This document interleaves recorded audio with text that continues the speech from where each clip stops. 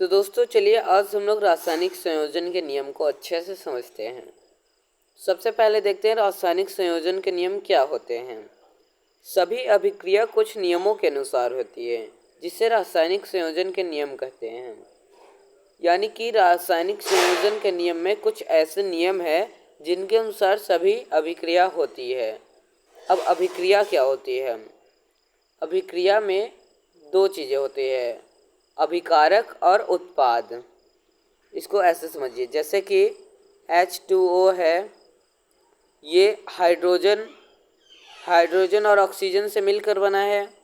तो ये जो हाइड्रोजन और ऑक्सीजन है ये अभिकारक हैं, और ये जो हाइड्रोजन का H2O है दोनों मिल गए हैं तो H2O जो बन गया है ये उत्पाद हो गया है। यानी कि अभिक्रिया से पहले जो होता है, जो अभिक्रिया के पहले था वो अभिकारक था और जो बन के आया वो उत्पाद हो गया। अब इसमें सबसे पहले चलिए द्रव्यमान संरक्षण का नियम पढ़ते हैं।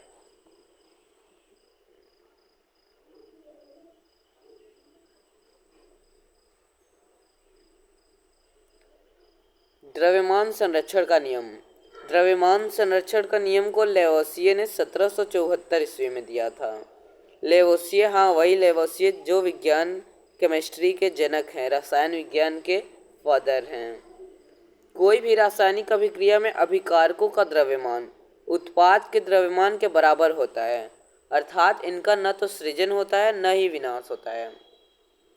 अब आप लोग समझ गए होंगे अभिकारक और उत्पाद यहाँ क्या है।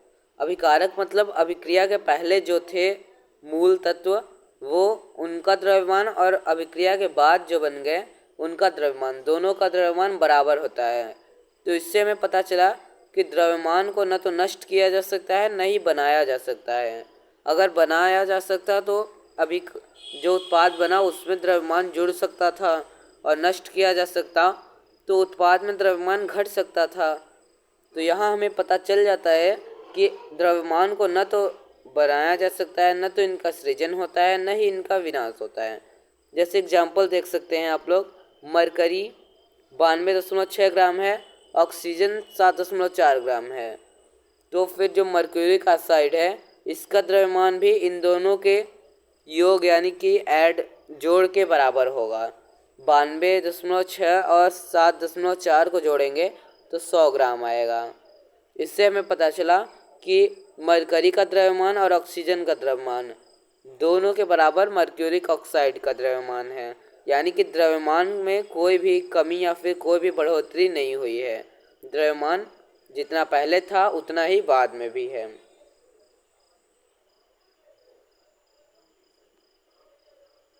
जैसे कि मान लीजिए आप 100 ग्राम पानी लिए हैं और उसमें 10 ग्राम चीनी मिला देंगे, तो उसके बाद जो शरबत बनेगा वो 110 ग्राम का होगा।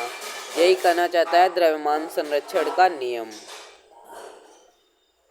अब आप लोग बढ़ते हैं हम लोग दूसरे नियम की तरफ, जो है स्थिर अनुपात का नियम। स्थिर अनुपात नाम से आपको पता चल रहा होगा, स्थिर यानी कि फिक्स और अनुपात यानी कि रेशियो, यानी कि इसमें रेशियो की कुछ बात है जो फिक्स है। तो यहाँ आप देखते हैं इसे जोसेफ प्राउस्ट ने दिया था 1799 ईस्वी में, जोसेफ प्राउस्ट ने दिया था। इस नियम के अनुसार किसी भी रासायनिक अभिक्रिया में अभिकारकों का द्रव्यमान एक निश्चित अनुपात में होता है। जैसे कि Na+Cl बराबर NaCl हो गया, तो इसमें Na का द्रव्यमान 23 और Cl का द्रव्यमान 35, ये निश्चित अनुपात है। अगर NaCl बनाना है तो इसको 22 ग्राम या फिर इसको 35-34 ग्राम कर देंगे तो फिर ये NaCl नहीं बन पाएगा। यही कहना चाहता है ये नियम। जैसे H2O होता है उसमें हाइड्रोजन के एक परमाणु अगर लेंगे, 1 ग्राम लेंगे हाइड्रोजन, तो ऑक्सीजन को 8 ग्राम ही लेना पड़ेगा। अगर इससे ज़्यादा कम करेंगे तो H2O यानी कि जल बन ही नहीं पाएगा। तो ये था हमारा स्थिर अनुपात का नियम। तो आज के वीडियो में इतना ही, मिलते हैं अगले वीडियो में। तब तक के लिए बाय बाय, थैंक यू, जय हिंद, वंदे मातरम।